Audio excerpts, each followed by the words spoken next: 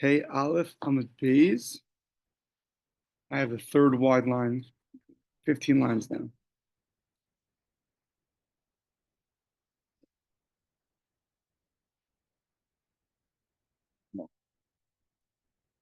Okay. Okay. So the Mishnah said that someone who literally gets malchus, which we said really means someone who gets, someone who does an avera, the same avera numerous times, who sort of forgoes on his life.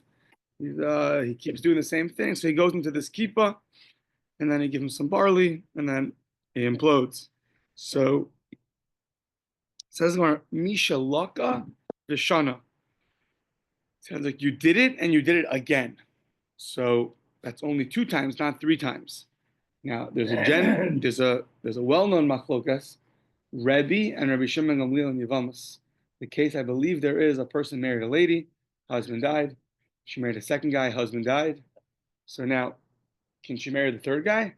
Is that called a chazaka or not? So machlokas is after 2 times, after 3 times. And the Gemara there comes out for certain things is after 2, and for certain things after 3. So our mission is Misha Laka Vishana. That's 2 times. Sounds like, and then you go into the kippah. So says the Gemara, Shana Afagav Delo Shilesh.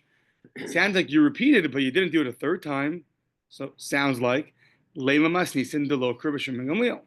Sounds like the Mishnah is not like Rabbi Shimon Gamliel. Why? Rabbi Shimon Gamliel, Ha'amar Atlatzimni Lahavi Chazaka. Rabbi Shimon Gamliel says until 3 times it's not considered a chazaka. The basic idea of this chazaka is that, imagine like an ox, nice little Betty, or whatever, a cow. No, better an ox. Betty the ox, okay. So it gores somebody once, it's random, such a nice. What is going on? Oh, it's back, okay. I thought it was connected. Gender identity problem. Betty the ox. Betty the ox, yeah. So I guess George the ox, fine. So so if you gore somebody once, we assume it's random. You do it twice, random. Once you do it 3 times, now we see a pattern, right? A guy insults you once. No, he was in a bad mood. It was a Monday. He didn't put milk in his coffee. He does it twice. He does it 3rd time already. You started to worry like, okay, maybe this guy's like just likes to insult people. So too here. Says Rosh Hashanah that you have to have 3 times, to be a Tava Chazaka, not 2 times. Fine. So, Amar Ravina, Afil Tamer Rabbi Shimon Gamliel, no. Our Mishnah could even be Rabbi Shimon Gamliel. But how could that be? He holds 3 times, the Mishnah holds 2 times. Kesavar Averos Machzikos. So, the question is, what does this person need to be put into the kippah? Do we say that Averos, just doing the Avera, makes him into a Rasha and he goes in, or not? So in this case, he did the Avera twice. The 3rd time he does the Avera, we put him into the kippah. So even Rabbi Shimon will agree to that we're not talking about getting lashes. We're talking about the 3rd time that you do the actual Avera. Once you've done it for the 3rd time, even if we don't give you lashes, you are still going to go into the kippah. So the question is, do you need to get lashes 3 times, or do you have to do the Avera 3 times? When do we put you in? So if you hold Averos Machzikos, the Avera itself is what in this case will make you, will make you into a Rasha. So then Rabbi Shimon will agree and put you in after 3 times. Okay. Meisvei. Avar Avera, Sheish B'malchus. A person transgresses a prohibition, which comes with it lashes. Pam Rishona, he does it once. Vishnia, Malkinoso. You give him malchus. Vishlishis, Konsonoso the kippah. The 3rd time, you put him into the kippah. Abba Shaul Omer, Af Bishlishis Malkinoso. Even the 3rd time, you give him lashes. The 4th time, Baravias, Konsonoso the kippah. So, Machlok is 2 opinions here. After the 3rd time, do you put him right in? Or the 3rd time, you still give him lashes, and the 4th time, you put him in? So what is that argument? My love, the kule alma malkios machzikos. is the machlokas not about that lashes is what makes you into a rasha? Getting lashes 3 times. That's the machlokas. Do you need lashes 3 times or lashes 4 times? So sorry. Do you need lashes 2 times or do you need lashes 3 times? That's their dispute. But ubeplukta the Rebbe Shimon Gamliel Kamifligi, and it sounds like it's a machlokas Rebbe and Rabbi Shimon Gamliel, which comes up in Yevamos, is 2 times the chazaka or is 3 times the chazaka. So it sounds like this discussion about a kippah is getting involved in that machlokas Rebbe and Rabbi Shimon Gamliel. Says the Gemara, no, we don't want to make big machlokases, big arguments. Lo, the kuli alma is lahu the Rabbi Shimon Gamliel. Really, everybody agrees to Rabbi Shimon Gamliel that 3 times is what makes a chazaka. However, v'hacha, what are they arguing about over here? V'hacha b'hacha mifligi, Demar savar averos machzikos. One opinion holds it's the avera itself which is machzik. So that's why if you got lashes once, lashes twice, the third time you do the avera, even before we give you lashes, we put you into the kippah because it's the avera. Doing the avera for the third time is what makes it a chazaka, makes it a pattern, and therefore you go into the kippah. Umar savar, the one that holds even if you do it 3 times, but we still have to give you lashes. Only the 4th time you go into the kippah, he holds that no, it's malkios machzikos. It's getting the malchus. You have to get malchus 3 times, then you're viewed already as someone who should go into the kippah.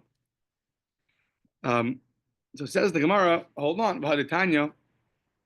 Let's say you warn the guy that you're going to get lashed for this, and usually you have to accept the warning. In this case, instead of accepting the warning, he just remained silent. So he didn't explicitly say, I accept upon myself, this to do. So anyways, he remained silent. That was the first time, and then he did it. Hisrubova Hirkin Rosho. Well, then you warned him again, and he nodded his head. So one thing, he didn't explicitly say I'm doing it anyways, but he showed a form of concession. So Pam Rishon of Shniya Masrin Bo Shlishis Konsin Osola Kippah. The third time you do this, you put him to the kippah. Now, when you only accept warning by nodding your head or being silent, we can't give you lashes. You have to explicitly say, I'm doing it anyways. I know it's wrong, I'm doing it anyways. So he didn't say that. So you can't give him any lashes. And yet the first opinion says you put him into the kippah. Abu Shaul says, no, even the 3rd time you warn him, and then the 4th time you put him into the kippah. Now, says the Gemara, V'hasa Malkus Leko. There's no Malkus here. And yet they still have a dispute 3 or 4 times. And there's no lashes given over here. So what are they arguing about? They can't be arguing about like before, is 3 times getting lashes makes you a rasha, or is 3 times doing the avera make you a rasha? Because you have the same machlokas over here, the same dispute, and here there's no lashes. And they still argue 3 or 4 times. So says the Gemara, but my Kamifliki, what are they arguing about? Amaravina, something else. Bekipa Sricha Hasra Kamifliki. So whether you're in the Mishnah, whether you're in the Brisa, everyone agrees like Rabbi Shimon Gamliel that until you do a Avera 3 times, you are not going to be considered a rasha to be put into this kippah. However, they have a different dispute. They have this kippah, this I don't know, lack of a better word, this some kind of dome. So how much does that need? How much warning does that need? So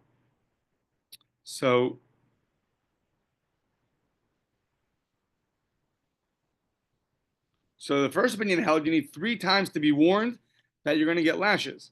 After that, you go into the kippah. And Abba Shaul said that, 1 second. Tanakama held, the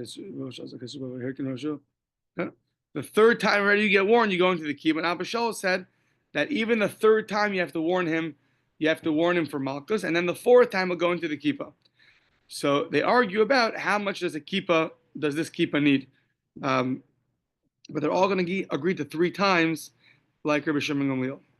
So, okay, fine. So at the end of the day, we agreed to Rabbi Shimon Gamliel, whether you're the Mishnah or the Brisa, everyone agrees that you need 3 times. And until 3 times of doing an Avera where you get warned, you're not going to go into the kippah. However, they have a different dispute.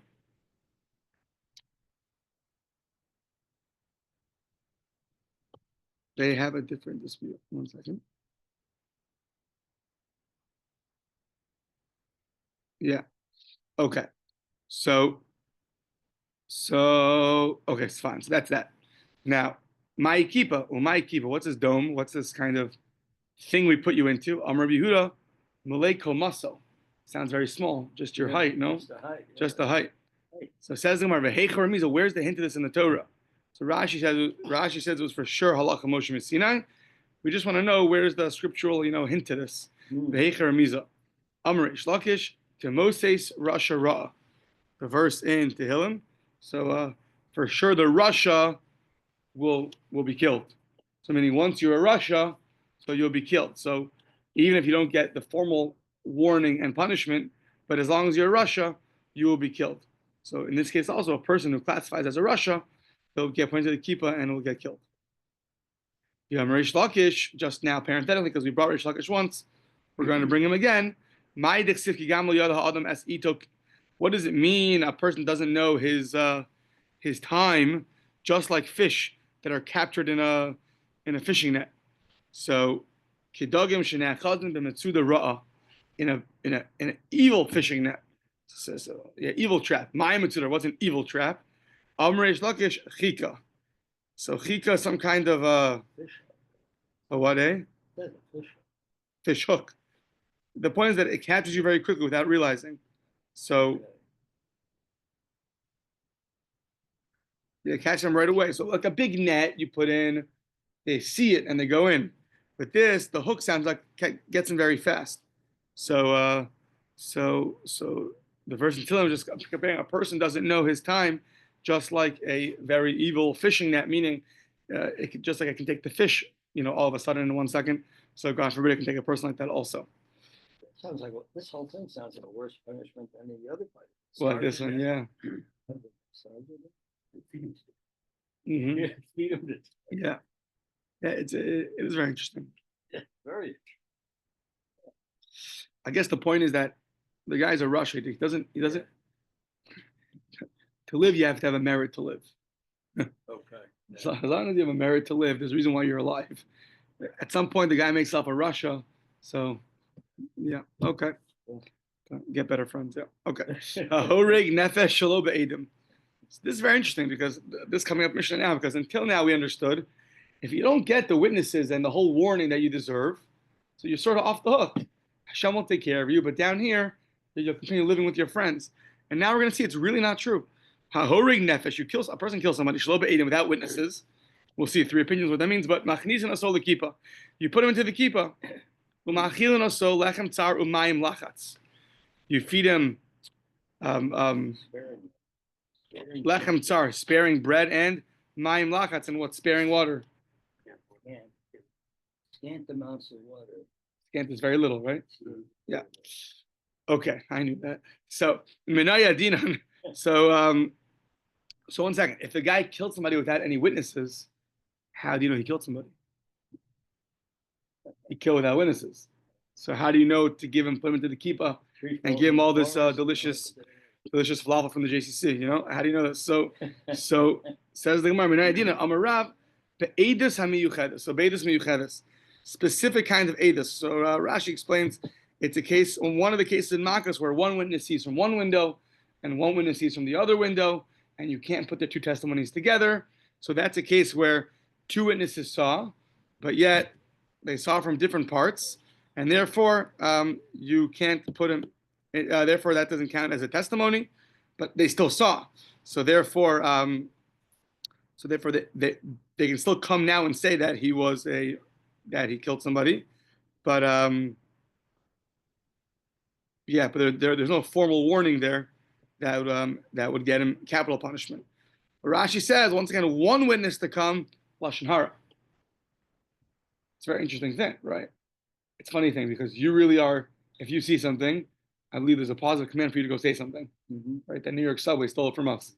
See something, say something, right? But it's interesting. Just one person coming and saying lashon hara, because nothing happens as a result of you. It's just right. So how do you? I guess you have to be there with somebody else, right? You have to know. I guess if you know that you saw with somebody else, you hopefully assume that he's also going to come and testify. So I guess that's not yeah. Okay, so I mean, how does Bezdin accept like the first witness comes in? So if he's on his own, then I guess they find out. They find out who else saw it, and then the people come and they testify. Okay, so Shmuel Amar, no, a different case. Shelo behasra. So you're there watching. The guy sees you watching. However, you didn't give the guy a warning. This is also very interesting. You didn't give the guy a warning.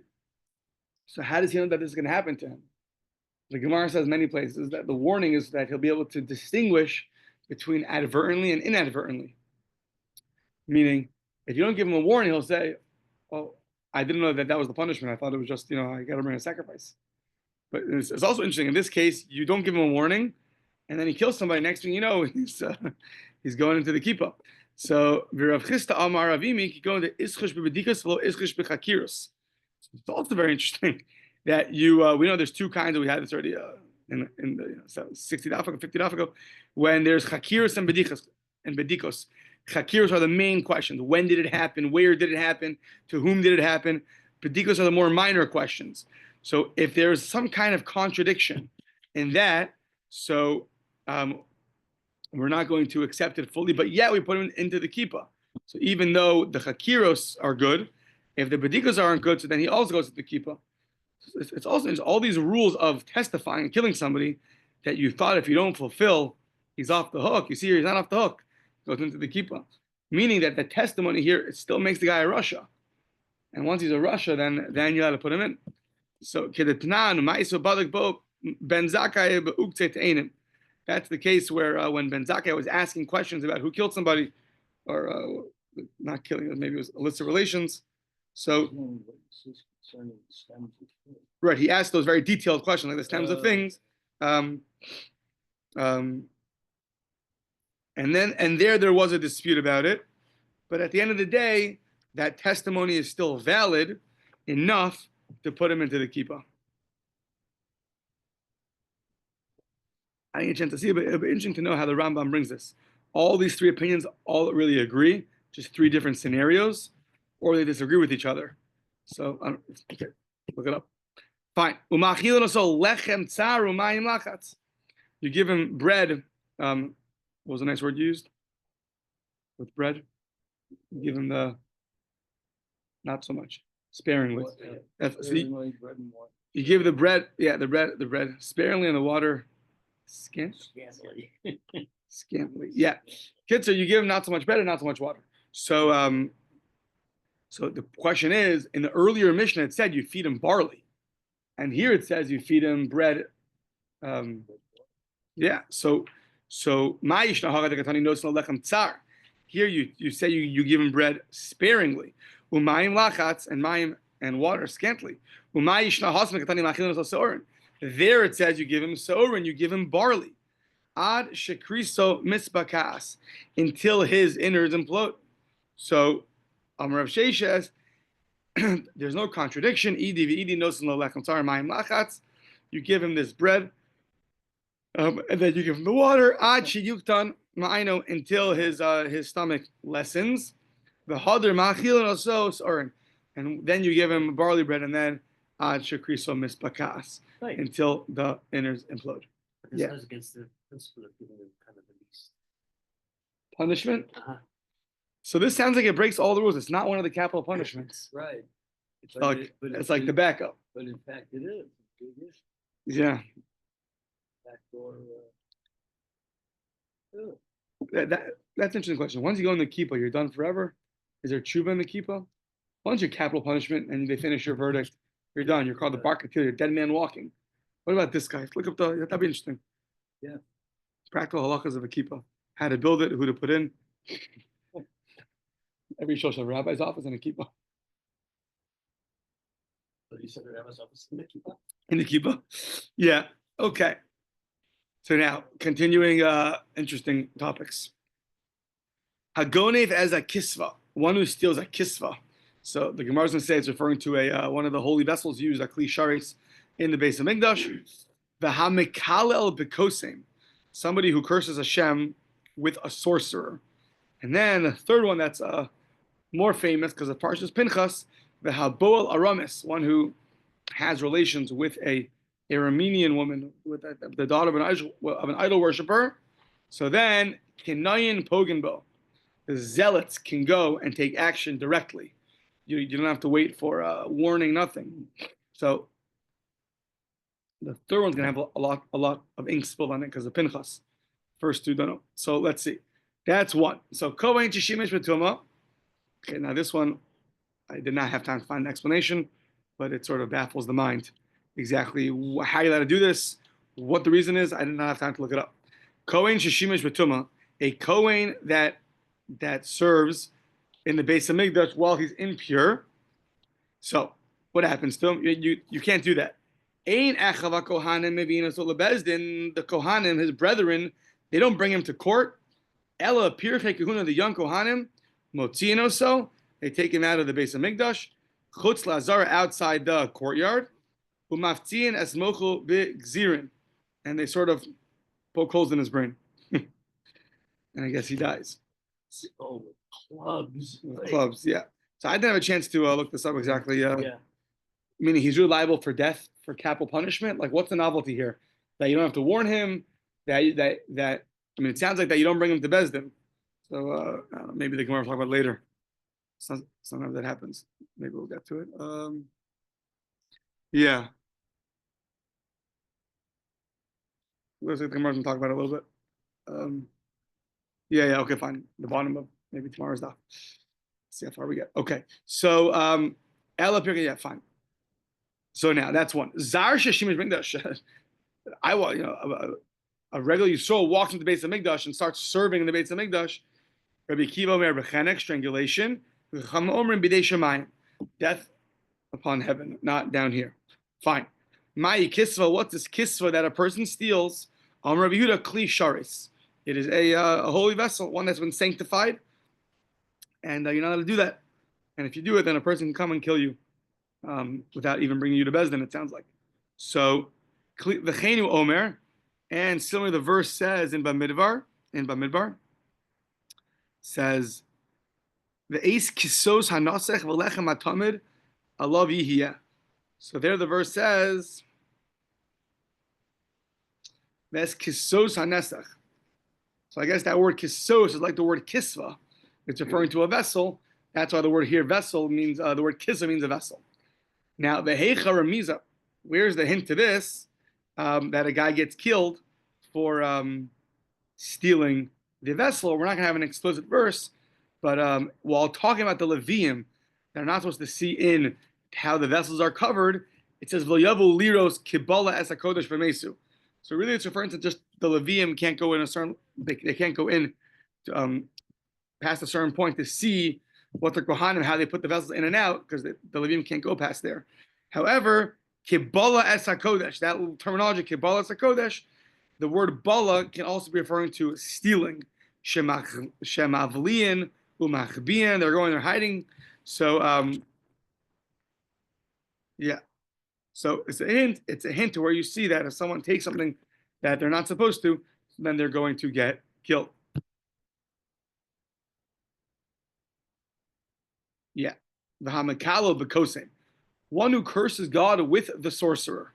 So Tani Rav Yosef, Yake kosem es kosmo. So Rav Yosef says that the sorcerer should curse his sorcerer. That's an example of someone who's sort of swearing towards God, meaning he's saying that the kosem, the sorcerer, so he's using the sorcerer to curse his sorcerer. Who's that? The one above him. Who's the one above him? The one who gives him all the sorcery. Who's that? That's Hashem. So because the guy himself doesn't have any of his own powers, so that's a way you curse Hashem with the sorcerer. Rabbanon became Rabbi Bar Mari, either the rabbis or Rabbi Bar Mari. Amri Yakeyu Kosim Lo Ulekono Ulemikno. You say the cursor. The cursor should. So you curse your friend, and what do you say? You say that this friend, this sorcerer, this should smite my friend. It should smite him and his creator. That's Kono, the one who acquired the whole world, and who's makna. It's interesting. He should He's complimenting Hashem while cursing him. He's cursing your friend, his creator, the one who created the world, and Ulamakno, the one who acquires to the whole world goodness. So you admit at the same time that Hashem gives to the whole world goodness, but you're cursing him. So that another case of if someone does that, you're allowed to just kill him on the spot. Okay. The Haboel Aramis. This is going to take up some fun Gemaras. I remember last time I learned this, I think, to do the math exactly, Trump was running for office or he just became president. And it was a crazy thing. On the next daf, something to do with Klein Pogenbo was the exact gematria of Donald Trump in Hebrew. Someone put it out. It was wild. It was a lot of fun. Yeah. Okay, we'll see if I can remember it or it's written down in my old Gemara, so I don't know.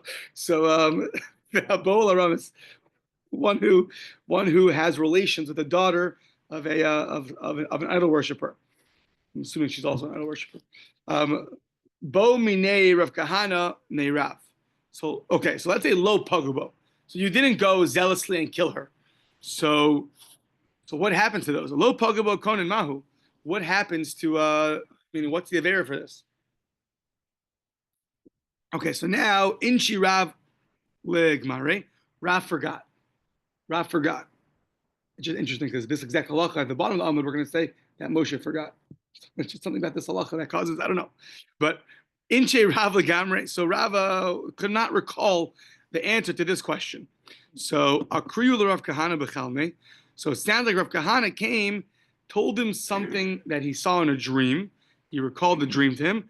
And then once he said those verses, Rav sort of woke up and it jogged his memory. So what was it? The verse talking about in Malachi Beis.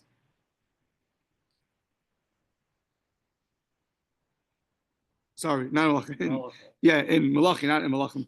Malachi chapter 2, it says, Bogda Yehuda, so Yehuda rebelled, and V'to'eva Nasa B'Yisrael, he did a terrible, abominable thing happen in the Jewish people.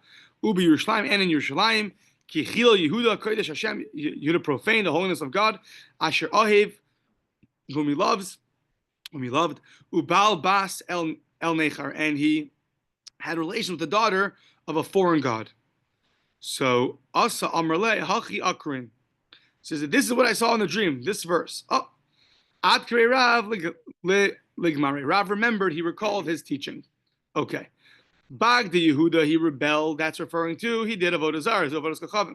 V'cheinu Omer. The word bagad is referred to in avodah zarah. Kain begadatim be Beis Yisrael Num Hashem. That in Yirmiyah the Jews rebelled against me. That's referring to avodah zarah. But Tohev Nasa B'Yisrael, there was an abominable thing happened in Yisrael. Uber Yerushalayim, and in Yerushalayim. What's that? Zemishkav Zachar. That's talking about having relations with what's the word? Sodomy. Okay. Yeah. V'cheinu Omer Zachar le'sishkav mishkav isha to'eva. The Torah says it calls that an abomination. Ki chil Yehuda kodesh Hashem, because Yehuda profaned the holiness of God. That's referring to zu zona. That's referring to promiscuous relations. V'cheinu Omer lo yeh kadesh. The word kadesh referring to promiscuous relations. Here's what we need: ubal bas el nechar, and he had relations with somebody who a lady who was of a foreign god, an idol worshiper lady. Zeh haba al kutis. This is someone who has relations with a kutis, with an idol worshiper. All of these things, though, if the person doesn't come, the zealot doesn't come and kill her. So ksiv basrei, it says afterwards, Yachreis Hashem la'ish asher yasenu er va'ona ma'o le'Yaakov. So it sounds like the person gets kares. La'ish asher yasenu er va'ona ma'o Yaakov magish minchal Hashem tzivakos. So now really a person gets kares. However, we're going to interpret the end of the verse now. Im Talmud Chacham hu, if a Torah scholar does this avera, then lo yelo er b'chachamim. He's not going to have somebody like, so to speak, awake with a chachamim, meaning he won't have a child who's going to be one of the chachamim. The ona betalmidim, and he won't have somebody who's able to onus to respond. He wants someone who's able to respond with the other Talmudic scholars. Im kohen, if he's a kohen, lo yelo ben magish minchal Hashem tzivakos. He's not going to have a son who's going to be able to bring korbanos to Hashem. Yeah. Based to be a mitzvah following Jew, right?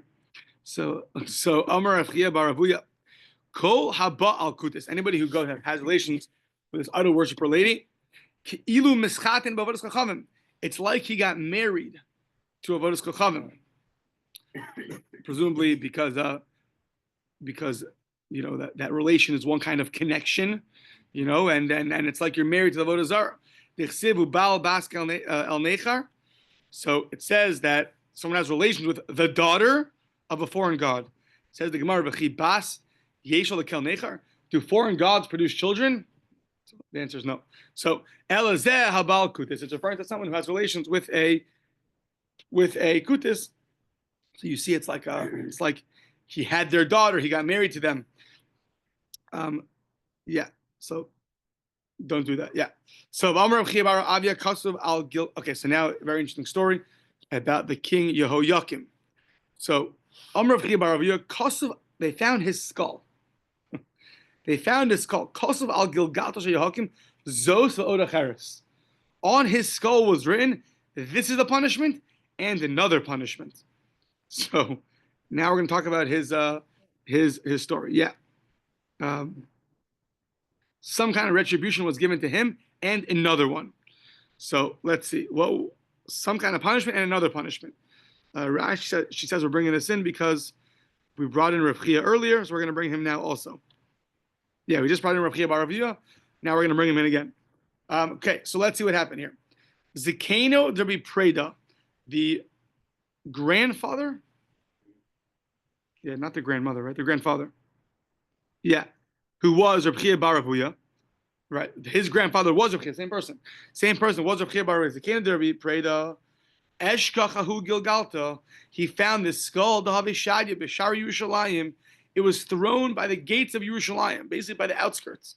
It said on it, Zos v'odacheres, this punishment and another punishment. So now, they went to go bury the head, right? Kavra v'hadar navuk. They buried it and it came back up. Kavra v'hadar navuk. They buried it and it came back up. So Amri hahi galgalta so they said, hahi galgalta shel Yehoiakim. This must be the skull of Yehoiakim. Why? Tichsiv bey kvuras. It says there, kvuras chamor yikaver. You should have the burial of a donkey. Sachov v'hashlech. And it's going to be thrown from here to the outskirts of Yerushalayim. So it sounds like they went, and then they didn't bury it. The burial of a horse is just thrown to the streets. So they just left it. It sounds like that's his punishment. Just leave it to the streets. So Amar Malka di Yisrael. It was a certain queen.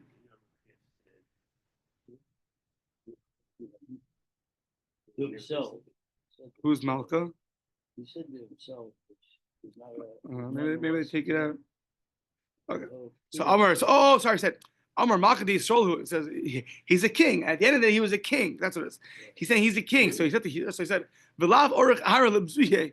It's still a certain, even if he did wrong things, but it's in a certain disgrace to keep the head of the king here. So Shakla, Karcha b'Shirai. So who's she? So He took the skull. it's he, not she. It's interesting. It says Shakla. Okay, So fine. Shakla, Karcha b'Shirai v'osei be'sifta. They went and they wrapped it up in the Shirai is the rags, sort of like old clothing rags. The osvei besifta, and he put it in a box. Right? Yeah, a box, a chest. And now his wife came home. So the problems start. Aside the bitu, what happened? She sees another man's head in the chest. Yeah. So now she watched. Okay, this is interesting. I don't know why she didn't ask him. I guess he's not going to admit to it. She went and asked the neighbors, and I don't know. She doesn't have such good neighbors. She asked the neighbors, like, what is this? So they're not nice. Amri la, you know what that is? That's the skull of his first wife. Amri la hay issa kamaisahi. That's the skull of his first wife. Delo kamanshila. And he hasn't forgotten about her. He's still. So shagarta litanura v'kalsa. She took it, put it in the oven, and burnt it. So now kiasa, he came home. And this skull that he was trying to save because it's the head of a king, Because that's what it means. Amar Hani Desiv Ilave Zos V'Yoda Cheres. That's what it's written on his forehead. This punishment and another punishment. This punishment was the fact that he was on the streets, didn't get a kosher burial. The Oda Cheres, that the skull got burnt in the oven. And Rashi says, interesting nowadays, unfortunately this comes up, but burning is a tremendous disgrace to a deceased. 7 gram too much. Kind of finding the skull in the bed. Oh. Yeah. 7 gram too much. He comes out and he finds who's in my bed. Who's that? Yeah. Okay, so that's that. So I guess if you find a skull, ask your local Orthodox rabbi what to do. So Kiyasa Rav Dimi, when Rav Dimi came, right, he always comes from Eretz Yisrael to Bavel, Amar, he said, Beis Dino Shel Chashmonai, the court. So this is where a pretty clear area where the punishments of having a one-time relation with this Aramean lady. So they wanted it to stop, or they wanted to make offenses around it. So they decreed it's going to be extremely chomer, extremely stringent, and therefore they were hoping that's going to stop people from doing this. They made a gzeira, gazur, habal, kutis. If they said the basin of the Chashmonai, they said if you have relations with this idol worshiper lady, chayv aleh mishum nashka. Now, yeah, you're chayv aleh mishum nashka. 4 things. Nashka. We'll go back in a second. 1 second. Kiyasa Ravin Amar mishum nashgaz. So one is nashga, one is nashga. So they agree on the 3 of them, and they disagree on the 4th. So what's nashga?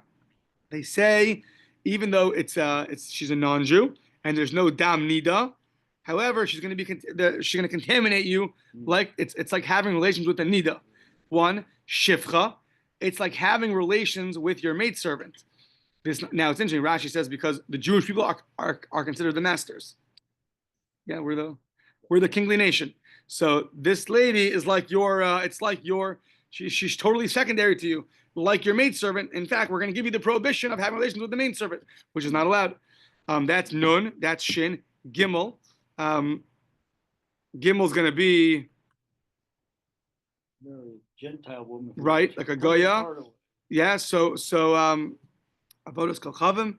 So anybody who's going to take your heart away, exactly, that's what's prohibited. Now, in the Torah, when it says lo tischatin b'hem, you can't marry the non-Jew, it means you can't marry them, stay married to them.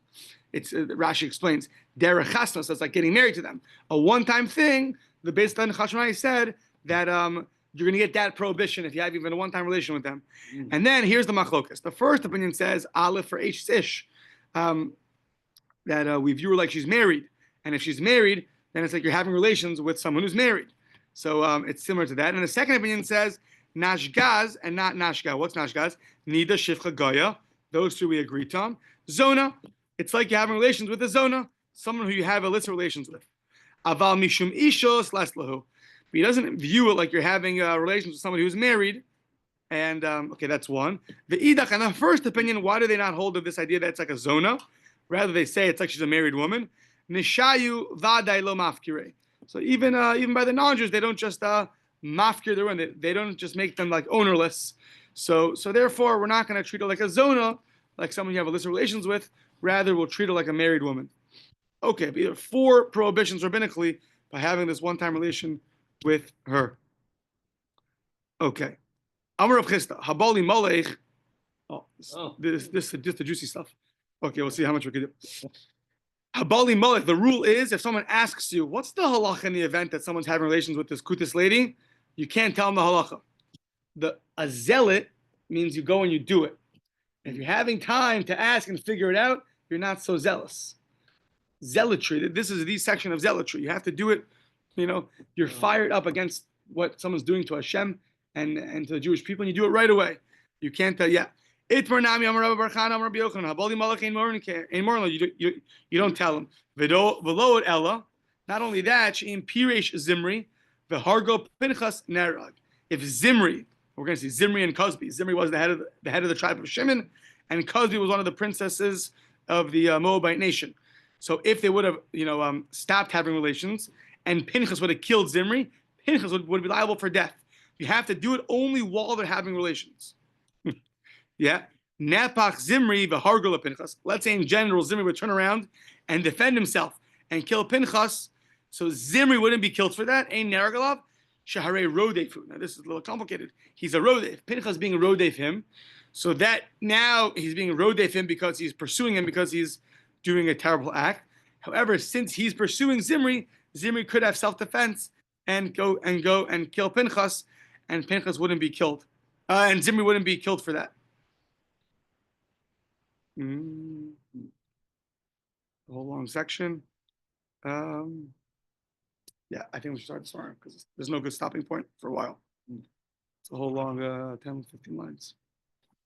Okay.